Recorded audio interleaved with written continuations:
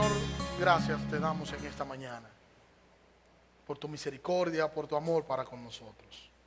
Gracias por tu amor único e incomparable, Señor. Gracias por Cristo, gracias por la cruz. Gracias, Señor, por hacernos el objeto de tu amor. Quiero pedirte en esta mañana que Cristo siga siendo exaltado, Señor. Y en esta ocasión a través de la exposición bíblica, Señor. Ayúdanos a contemplar a Cristo y su gloria. Y ayúdanos, Señor, a ver, Señor, lo que nosotros debemos ajustar en nuestras vidas para nosotros poder vivir una vida de obediencia a tu palabra. Enséñanos, ayúdanos a conocerte, ayúdanos, Señor, a que ese conocerte nos lleve a amarte y que luego eso podamos verlo en una vida de obediencia. En el nombre de Jesús, Señor. Amén. Evangelio según San Juan, capítulo 7, versículo, vamos a leer desde el 16, solo hoy vamos a ver dos versículos bíblicos, que es el 17 y el 18, pero para que podamos ver todo el contexto, vamos a leer hasta el versículo 24. Dice desde el versículo 16, Jesús entonces le respondió y dijo, mi enseñanza no es mía, sino del que me envió. Si alguien quiere hacer su voluntad, sabrá si mi enseñanza es de Dios o si hablo de mí mismo. El que habla de sí mismo busca su propia gloria, pero el que busca la gloria del que le envió, este es verdadero y no hay injusticia en él. ¿No os dio Moisés la ley y sin embargo ninguno de vosotros la cumple? ¿Por qué procuráis matarme? La multitud entonces contestó, tienes demonio, ¿quién procura matarte? Respondió Jesús y les dijo, una sola obra hice y todos os admiráis. Por eso Moisés os ha dado la circuncisión, no porque sea de Moisés, sino de los padres. Y en el día de reposo circuncidáis al hombre. Y si para no violar la ley de Moisés, un hombre recibe la circuncisión en el día de reposo, ¿por qué estáis enojados conmigo? Porque sané por completo a un hombre en el día de reposo. No juzguéis por la apariencia, sino juzgad con justo juicio.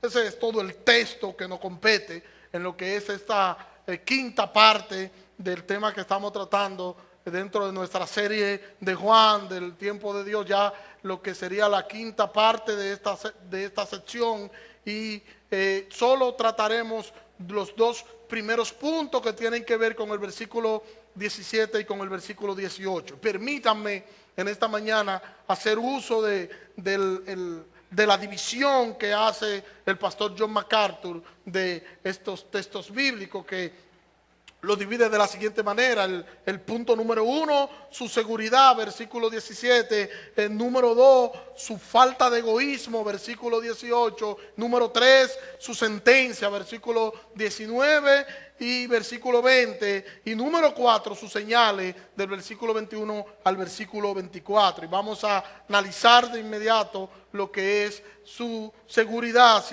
Si alguien quiere hacer su voluntad, o sea, quiere hacer la voluntad del Padre, conocerá si mi doctrina proviene de Dios o si yo hablo por mi propia cuenta. Nosotros podemos decir en esta mañana que el Señor está estipulando los requisitos que alguien debe tener, que alguien debe reunir antes de poder hacer una evaluación a sus enseñanzas.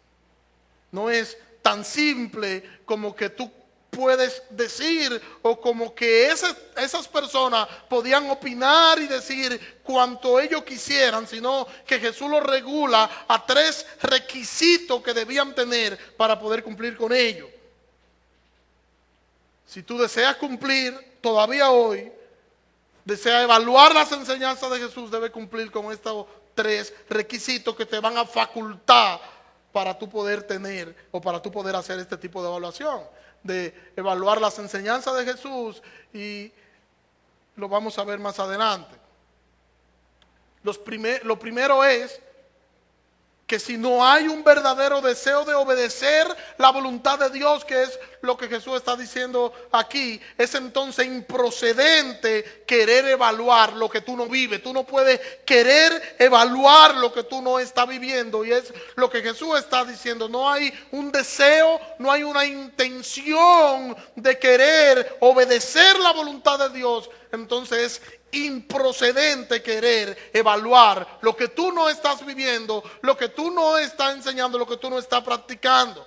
Y esta gente suponía lo que debía ser, y suponía lo que debía ser a la luz de lo que ellos habían escuchado, a la luz de lo que ellos habían oído de escuelas rabínicas, de la escuela de Shammai, de la escuela de Hillel, que eran las dos escuelas más famosas. Y lo que ellos habían escuchado era lo que ellos querían aplicar a otros, pero incluso ni siquiera lo aplicaban a ellos mismos. No tenían un conocimiento firme de la palabra de Dios, y esto es algo peligroso. Y es peligroso, pero a su vez es lo que nosotros vemos hoy. Gente queriendo decir que puede establecer nuevas revelaciones. Gente queriendo minimizar la Biblia y relegando a un segundo plano la palabra de Dios. El que hace eso simplemente no conoce la palabra de Dios, y si no conoce la palabra de Dios, entonces nosotros podemos decir que no conoce a Dios, porque Dios es su palabra, y conocer la palabra de Dios es conocer a Dios. Por eso nosotros debemos dedicar tiempo para estudiar la Biblia de manera seria. Nosotros debemos empeñarnos en invertir en el conocimiento de las Escrituras. Volvamos a Juan capítulo 5, versículo 31. Dice allí el texto: si yo doy testimonio de mí mismo, mi testimonio no es verdadero.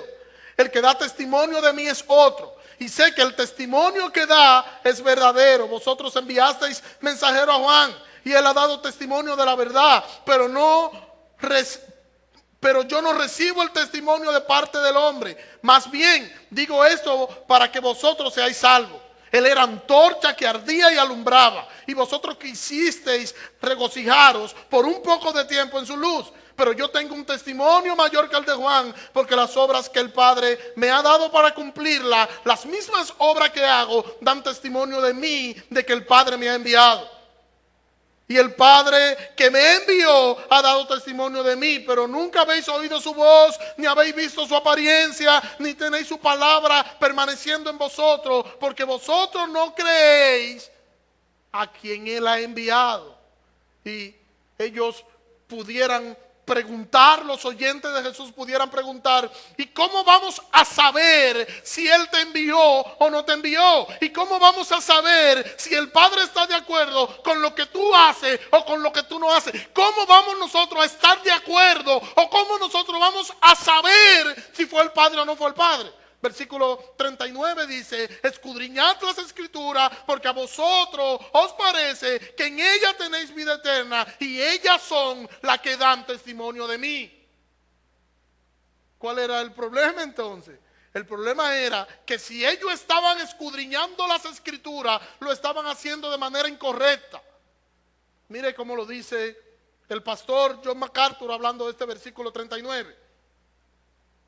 El decir, el dicho, vosotros escudriñad las Escrituras, el verbo implica el escrutinio diligente en la investigación profunda de las Escrituras para hallar vida eterna. No obstante, Jesús le muestra que a pesar de todos sus esfuerzos y sus estudios minuciosos, habían fracasado en el adquirir entendimiento sobre el camino verdadero a la vida eterna a través del Hijo de Dios. Jesucristo es el tema principal de todas las Escrituras. Fin de la cita. Si Jesucristo es entonces el tema central y el tema principal de todas las Escrituras, el que estudia las Escrituras de manera seria va a encontrar a Jesucristo en las páginas de las Escrituras. El que escudriña las Escrituras, dicho de otra manera, y no encuentra a Jesucristo en ella, simplemente no ha hecho un trabajo serio al estudiar las Escrituras. Porque todas las Escrituras, toda la Biblia se centra en Cristo. Cristo es el centro de todas las cosas. Y Jesús está diciendo que no se puede encontrar un verdadero conocimiento a menos que esté en la disposición de obedecer de manera seria y de manera sacrificial su palabra. Si tú no estás dispuesto a obedecer de manera seria y sacrificarte en el obedecer, tú no vas a encontrar un conocimiento verdadero en la palabra de Dios. No podemos decir que amamos al Señor y a su vez nosotros desobedecemos su palabra, porque el que no ama el que no ama al Señor no guarda su palabra, y el que ama al Señor, este guarda su palabra. Juan capítulo 14, mire lo que dice Juan a la altura del capítulo 14, que eso lo veremos luego más adelante, pero permítame citarlo. Versículo 21, el que tiene mis mandamientos y los guarda, él es quien me ama. Y el que me ama será amado por mi Padre, y yo le amaré y me manifestaré a él. Pregúntame, hermano, permíteme, hermano, entonces preguntarte, ¿tú amas al Señor? ¿Tú conoces al Señor? Primera carta de Juan, capítulo 2, versículo 3. En esto sabemos que nosotros le hemos conocido, en que guardamos sus mandamientos. En esto sabemos que nosotros le hemos conocido. ¿En qué sabemos que le hemos conocido? En que guardamos sus mandamientos. El que dice, yo le conozco y no guarda sus mandamientos, es mentiroso y la verdad no está en él. Pero en el que guarda su palabra, en este verdaderamente el amor de Dios ha sido perfeccionado. Por eso sabemos que estamos en él. El que dice que permanece en él debe andar como él anduvo. Entonces, ¿qué nosotros podemos sacar como conclusión de estos textos bíblicos y del versículo 17 de nuestro texto del Evangelio de Juan? Primero, que el conocimiento, eso es lo primero que nosotros vemos, conocimiento. Conocimiento del pecado, conocimiento de Cristo, conocimiento de la redención. Mira cómo lo dice Guillermo Hendricks, cito. Cuando intentamos descubrir la fuente de nuestro amor por Dios en Cristo, encontramos que este brota de la contemplación de los hechos del Evangelio y de nuestra interpretación del sacrificio de los hechos. Sin embargo, nos apresuramos a agregar, el conocimiento en sí mismo nunca produce amor. Fin de la cita. El conocimiento solo nos lleva al amor cuando ese conocimiento el Espíritu Santo lo aplica a nuestros corazones. Si el Espíritu Santo no aplica el conocimiento a nuestros corazones, solamente tendremos un conocimiento general y vano de las cosas. Pero cuando es un conocimiento que va guiado por el Espíritu Santo, ese conocimiento nos va a llevar al amor y vamos a terminar reconociendo la grandeza, la majestuosidad, el poder, la hermosura y la belleza de nuestro Salvador. Cuando el Espíritu Santo produce en el corazón una respuesta al amor de Cristo. Ya el conocimiento está presente en la mente. Y este amor se expresa entonces en actos de obediencia. Podemos decir entonces que los requisitos de manera implícita que Jesús nos está dando aquí, podremos decir que son tres. Número 1, conocimiento. Número 2, amor. Y número 3, obediencia. Mire cómo dice Juan capítulo 17, versículo 26. Yo les he dado a conocer tu nombre. Y se lo daré a conocer todavía, para que el amor con que me has amado esté en ellos y yo en ellos. ¿Qué es lo primero que llega? El conocimiento. El conocimiento es aplicado por el Espíritu Santo y es entonces cuando el amor nos lleva a obedecer. El que ama obedece y el que obedece ama. Cuando alguien viene a Cristo se da esta misma dinámica. ¿Y cuál es la dinámica? Su intelecto es iluminado. El Espíritu Santo hace vibrar sus emociones dentro de sí. Y cuando entonces esta verdad impacta el corazón del pecador, entonces el pecador puede obedecer la verdad. El pecador no va a obedecer la verdad a menos que su intelecto sea iluminado. El Espíritu Santo haga vibrar su intelecto y sus emociones a través de las verdades bíblicas, y entonces él va a obedecer esa verdad.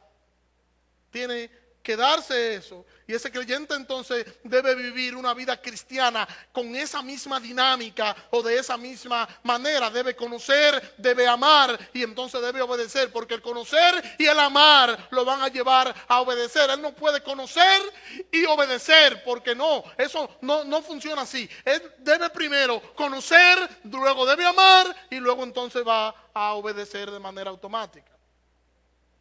No podemos entonces conocer a Dios si no estudiamos de manera seria y responsable su palabra, como ya he dicho. Hay quienes quieren conocer a Dios y quieren conocer a Dios solo a través de la oración. Y yo no estoy diciendo, ojo con esto, no estoy diciendo con esto que la oración no sea necesaria. No. De hecho, hemos estado llamando a la iglesia a la oración a través de los grupos pequeños, a unirnos en oración como iglesia. Pero mis hermanos, es el conocimiento bíblico lo que nos hace producir deleite en la oración. Cuando yo conozco su palabra, esa palabra es aplicada por el Espíritu Santo a mi vida. Y eso entonces me lleva a orar, me lleva a que yo pueda entender mi dependencia y yo pueda ver y contemplar la gloria y la hermosura de Cristo en la oración a través de mi obediencia. Lo que te lleva a deleitarte entonces en oración, podemos decir que es conocer al Señor por medio de su palabra. Si tú no conoces al Señor por medio de su palabra, entonces tú no podrás deleitarte en oración, en ese Dios que tú no conoces, porque tú no puedes adorar lo que no conoces. Tú no vas a contemplar y tú no vas a maravillarte en algo que tú no conoces. No son las experiencias humanas lo que te van a hacer deleitarte en Dios. No son los chistes, no son los entretenimientos, no son los espectáculos cristianos, ni las reuniones informales enfocadas en conectar con las personas. Nada es de eso. No es el aire acondicionado, no son los abanicos, no es el buen sonido, ni el buen trato que te pueda dar alguien. Nada de eso lo que nos va a llevar a nosotros a tener un conocimiento adecuado, y ese conocimiento adecuado utilizado por el Espíritu Santo para impactar nuestras vidas es nada más y nada menos que el conocimiento de la palabra de Dios. Porque es la palabra de Dios lo que tiene poder. Y es esa palabra que explota en el corazón del ser humano como dinamita y lo hace contemplar la belleza de Cristo y le hace contemplar la belleza de nuestro amado Salvador. Y entonces eso terminamos nosotros en acto de obediencia cuando contemplamos a Cristo a través de su palabra en amor. Usted no puede decir entonces que usted ama al Señor si usted no conoce a Dios. Ese conocer lo va a llevar a obedecer, porque amar nos lleva a obedecer. Y es penoso ver cómo cada día los creyentes muestran menos interés en conocer la palabra de Dios. Eso es triste. ¿Cómo podemos nosotros medir eso que acabo de decir? Simple. En los estudios bíblicos asiste, no en nuestra iglesia, en todas las iglesias, es el mismo dilema. Usted va a un estudio bíblico, usted se va a dar cuenta que quienes asisten a los estudios bíblicos es una minoría, pero una minoría mínima. Ahora, ¿usted quiere probarlo? Convoque un estudio bíblico a su casa. Convoca un estudio bíblico a su casa y le aseguro que irá una minoría. Quizá algunos para congraciarse con usted, pero no es porque quieren ir con usted a su casa a estudiar las Escrituras. Es suficiente con escuchar al pastor el domingo predicar. ¿Para qué ir también en el transcurso de la semana a la casa de alguien a estudiar las escrituras? Ahora, convóquele a una cena. No cenamos todos los días, no comemos todos los días. Convóquelo a una cena y tendrá que alquilar el estadio olímpico de tanta gente que va a ir. Entonces, mis queridos hermanos, el amor viene fruto del conocimiento aplicado por el Espíritu Santo a nuestro corazón. Y ese amor, fruto de ese conocimiento aplicado por el Espíritu Santo a nuestro corazón, entonces es lo que nos lleva a obedecer. No vamos a obedecer si nosotros simplemente tenemos un conocimiento intelectual. Es una mezcla del Espíritu Santo quien toma ese conocimiento aplicado a nuestro corazón, y eso automáticamente entonces nos lleva a obedecer. El versículo que estamos analizando, el versículo 17 dice: si alguien quiere hacer su voluntad, o sea, la voluntad del Padre, conocerá si mi doctrina proviene de Dios o si yo hablo por mi propia cuenta. El que quiere hacer su voluntad, ese de hacer su voluntad y eso de conocer si mi doctrina proviene de Dios o no proviene de Dios, lo que nos está dando a entender es que primero esta persona debe pasar por un conocimiento de la doctrina, por un conocimiento bíblico, y cuando esta persona pasa entonces por este conocimiento bíblico puede conocer y puede saber la voluntad de Dios. Tú no vas a saber la voluntad de Dios, tú no vas a conocer a Dios si tú no conoces su palabra, si tú no conoces el contenido de las escrituras, si tú no conoces al Dios de la Biblia, tú no vas a conocer cuál es la voluntad de Él para ti. Y eso entonces lo va a llevar al amor, y luego entonces lo va a llevar a aplicar esa palabra a su vida. Jesús lo que le está diciendo es: si alguien quiere hacer la voluntad del Padre, va a conocer mi doctrina, porque mi doctrina proviene de Él. Y el que conoce la doctrina del Padre sabe que lo que yo estoy haciendo es de parte de Él. Eso es lo que está diciendo Jesús. ¿Por qué? Porque antes de la voluntad, o antes de obedecer, primero van a conocer la palabra, y esa palabra aplicada por el Espíritu Santo produce amor, y ese amor, obediencia. Estos tres elementos están íntimamente relacionados. No podemos verlo a ninguno por separado. No podemos decir, bueno, y exhibirnos y echarnos cosas uno con otro, sino no, porque yo tengo conocimiento y el otro me dice, no, pero yo tengo amor, y el otro me dice por allí, no, pero yo tengo obediencia. No podemos verlo por separado, tenemos que verlo como un conjunto de una misma cosa que se dividen en tres. Mire cómo lo dice Guillermo Hendricks. Cito: no solo el conocimiento aplicado por el Espíritu Santo conduce al amor. El amor, a su vez, es el prerequisito indispensable de un conocimiento totalmente desarrollado. Hay personas que, yo no sé si usted lo ha escuchado decir, que lo que importa es el amor, que Dios es amor, y eso es suficiente para que nosotros aprendamos que lo único que importa y lo único necesario es el amor. Pero ese amor no es genuino si no está ligado al conocimiento. Para que ese amor sea genuino, tiene que ser un amor fruto de un conocimiento aplicado en el corazón de esa persona por el Espíritu Santo. De lo contrario, no será un amor genuino. El amor es genuino cuando ese amor es fruto del conocimiento serio de la palabra de Dios, y ese conocimiento aplicado por el Espíritu Santo a nosotros. Podemos entonces decir que estos tres elementos están entrelazados, y no podemos verlo, no podemos ver el amor sin el conocimiento y el conocimiento sin el amor.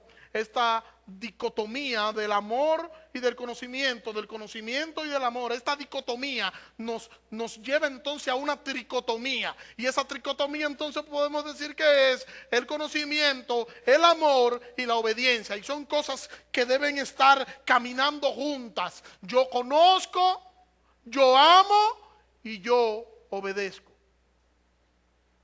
Efesios capítulo 3, versículo 14 en adelante. Por esta razón doblo mis rodillas ante el Padre, de quien toma nombre toda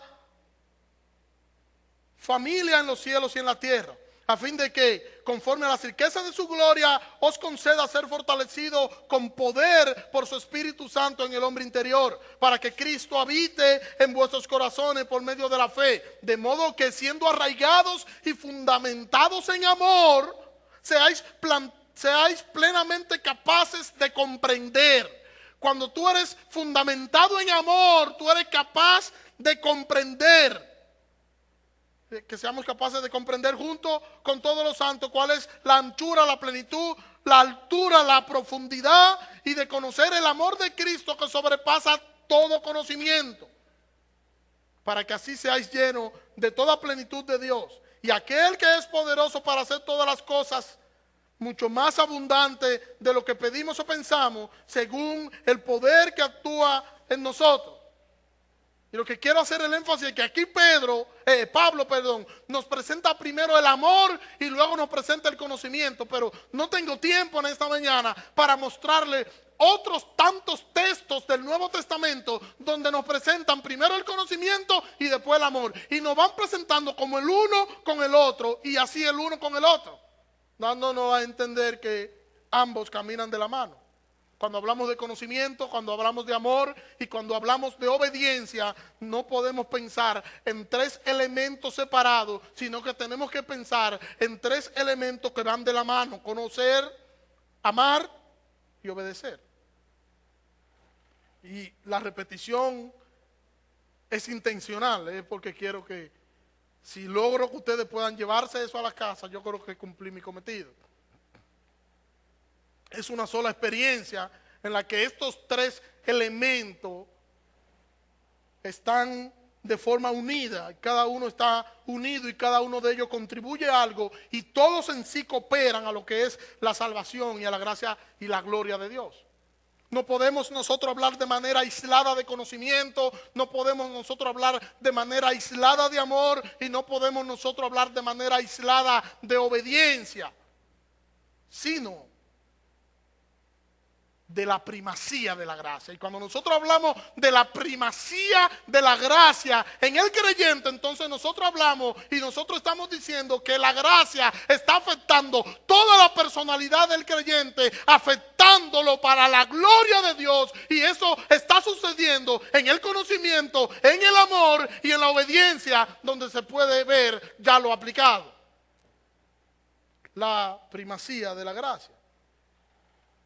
Y quien influye en nuestras personalidades, nosotros podemos decirlo que es el Espíritu Santo, quien nos lleva a Cristo para salvación. Y como el Espíritu Santo nos lleva a Cristo para salvación, el Espíritu Santo es la garantía de cada creyente. El apóstol Pablo dice que el Espíritu Santo es las arras, o sea, la garantía de cada creyente, y es el Espíritu Santo quien nos va renovando en la palabra de Dios. El conocimiento de la palabra de Dios se va aplicando a nuestros corazones, y el conocimiento solo, por sí solo, nunca va a satisfacer a un corazón herido y pecador. No lo va a conseguir. El conocimiento debe ir acompañado de la aplicación del Espíritu Santo al corazón del pecador, y es cuando este pecador entonces va a reconocer quién es Dios, quién es Cristo, y se va a deleitar en la gloria de Dios. Es cuando va a tener un discernimiento genuino. Y es entonces cuando la gracia va a afectar el carácter de este individuo. El carácter de este individuo será afectado por la gracia de Dios entonces.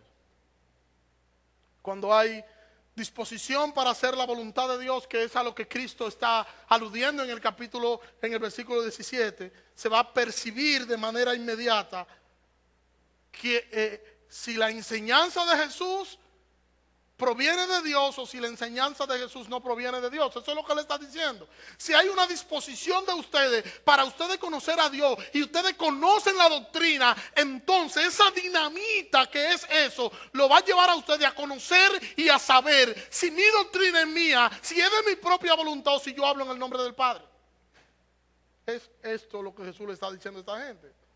Jesús estaba simplemente expresando su opinión personal, que era lo que esta gente decía, y nos damos cuenta que eso es totalmente falso, porque esta gente no tenía un conocimiento adecuado de la palabra de Dios.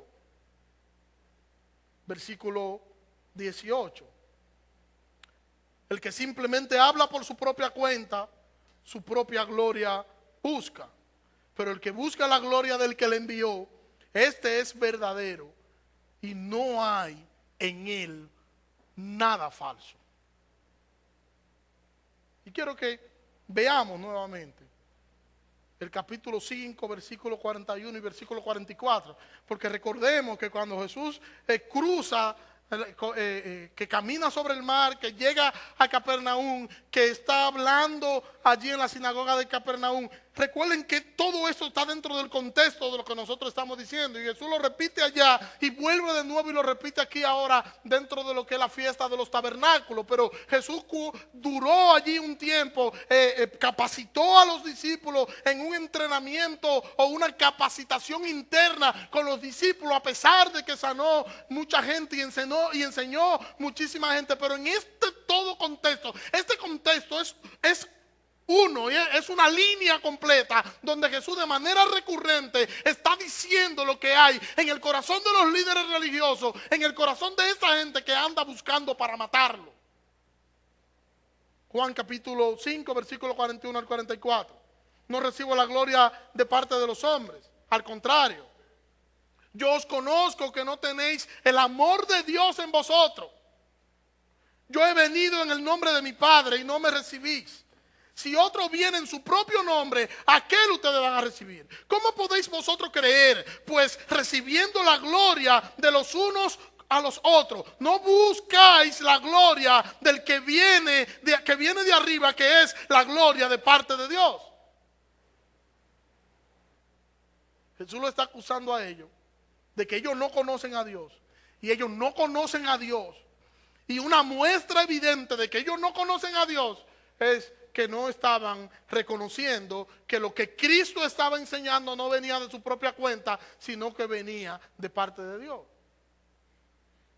Si esta gloria de Dios es el ideal del oyente al que Cristo está hablando, también podrá detectar este oyente,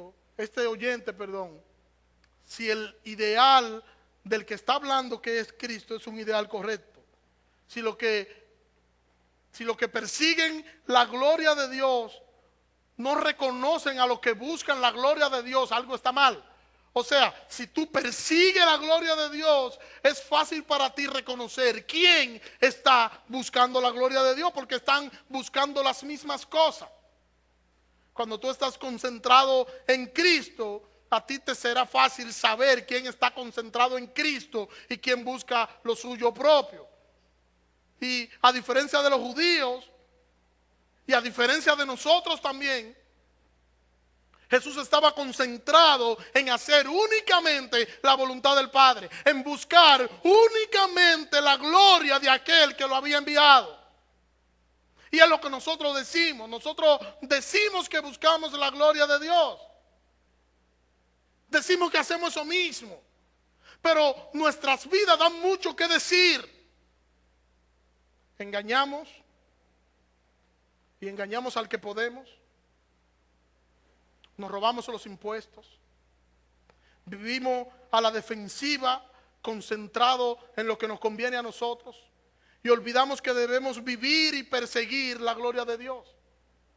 Y el vivir y perseguir la gloria de Dios, eso debe verse en nuestras relaciones interpersonales, en la forma en la que yo vivo, en cómo yo administro las cosas que el Señor ha puesto en mis manos, en la obediencia, en mi obediencia a la palabra de Dios. Ahí se va a ver si yo persigo la gloria de Dios. Y esa palabra me va a llevar a amar a aquellos que me hacen daño. Me llevará a sentir compasión del necesitado, me llevará a reconocer mi pecado y me llevará a deleitarme en la gloria de Cristo. No podemos ser cristianos de vitrina, solo siendo creyente en la iglesia, en las reuniones de la iglesia, No pisar muy duro, porque como somos creyentes de vitrina, podemos, ¿verdad? No pisar muy duro para que nuestra santidad no sea irrumpida. No subir mucho el tono de la voz para lucir cierto grado de espiritualidad. Los hombres tener siempre una camisa bien, ¿verdad? Manga larga, pantalones largos, siempre bien vestido. Las mujeres con una falda que le dé hasta la suela de los zapatos. Cuando tú analizas el tipo de gente que es así, te das cuenta que son rebeldes, que son iracundos, que son desleales, que son infieles, que son falsos, porque la santidad no es una pose, la santidad es un vivir, y es un vivir concentrado en Cristo y en su gloria. Él no puede vivir una pose, porque eso no es una pose, esto es un vivir, y es un vivir en el día a día. Tú no puedes exhibir santidad si tú no obedeces la palabra de Dios, porque esto va de la mano. Si tú no te somete a nadie, tú no puedes decir que tú eres una persona que vive en santidad. Y hay gente que son rebeldes, que no quieren conocimiento bíblico, que rechazan el conocimiento bíblico, que no buscan el conocer a Dios, que solo viven de experiencias humanas. Y vivir de experiencia humana lo que termina es descalificando a la Biblia, porque quieren que la gente entienda que lo que ellos vivió está por encima de cualquier cosa. Y no, sea Dios verá y todo hombre mentiroso.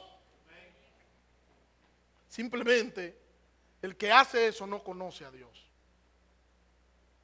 Y yo le dije una vez de una hermana muy querida por mí, que me dijo un día en mi casa: mira, el Señor me reveló tal cosa. No lo voy a dar detalles por el tiempo.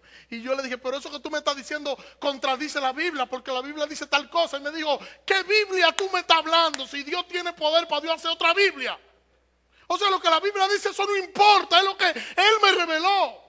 No conocen a Dios.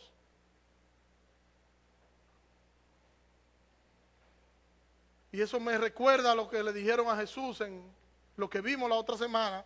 ¿Cómo puede saber de letras si no ha estudiado? ¿Cómo puede hablar de teología si no ha estudiado en ninguna de las escuelas rabínicas? ¿Cómo puede hablar de lo que no entiende?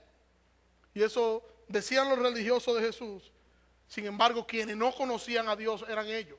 Quienes no conocían al Dios que adoraban eran ellos. Se estaba cumpliendo la palabra de Dios en sus narices, y ellos ni por enterados se estaban dando. Y eso pone al descubierto el pecado de estos líderes religiosos. Eran ellos quienes siempre buscaban su propia gloria y no Cristo, como ellos decían.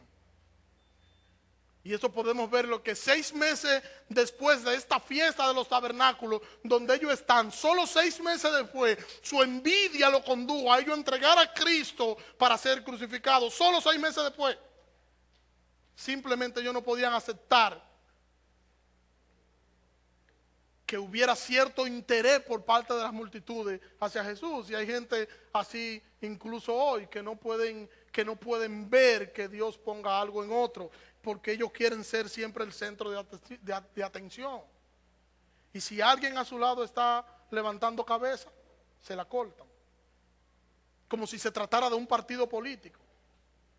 Cuando yo veo, por ejemplo, la crisis política en nuestro país, donde un mismo partido se están matando, y uno no quiere que suba el otro, y que quiere cortarle la cabeza al otro, y aquel no quiere que suba el otro. Eso lo hacen ellos porque ellos no conocen a Dios. Esa es su vida. Ellos viven engañando y siendo engañados, y ellos viven enfocados en buscar poder y gloria para sí mismos. Cada quien busca su propia gloria, pero esta es la iglesia de Cristo. Y todos sin excepción daremos cuenta a Cristo por lo que nosotros hicimos en su iglesia y con su iglesia. Y el hermano que cree que hay alguien insignificante, ese que tú puedes creer que es insignificante, fue comprado por la misma sangre que tú. Es posible que tú vengas de una familia de apellido sonoro, y es posible que él venga simplemente de ser pastor de ovejas. Quien determina el liderazgo no somos nosotros, es el dueño de la obra, es el Señor quien determina el liderazgo. El conocimiento aplicado por el Espíritu Santo entonces a nuestro corazón nos lleva a amar, y esa dicotomía se refleja en nuestra obediencia, convirtiéndose así en una tricotomía inseparable. Muéstrame tu conocimiento y yo te mostraré mi amor. Así no funciona, porque ambos se relacionan entre sí, como ya he dicho. Examinémonos y evaluemos nuestras vidas. Nuestro fin, hermanos, debe ser la gloria de Dios. Nuestro fin debe ser la gloria de Dios. Y debemos nosotros conocer la palabra de Dios. Luego que conozcamos la palabra de Dios, el Espíritu Santo va a aplicar esa palabra de Dios a nuestros corazones y vamos a amar a Dios por lo que produjo esa palabra en nosotros, y luego entonces esa dicotomía nos va a llevar a obedecer la palabra de Dios. Que el Señor nos ayude a conocer, que el Espíritu Santo aplique a nuestras vidas lo que tiene que aplicar, y que nosotros podamos exhibir obediencia a Cristo en nuestro diario vivir. Oremos. Señor, en esta mañana agradecemos que tu palabra nos redarguya, Señor. Ayúdanos, Señor, a ver la aplicación de ella en nuestro diario vivir. Ayúdanos a someternos a tu palabra y a obedecerla en amor. Perdona nuestros pecados, Señor. Perdona nuestra forma egoísta de comportarnos muchas veces. Y ayúdanos, Señor, a entender que debemos centrar toda nuestra atención en Cristo y solo en Cristo. En el nombre de Jesús.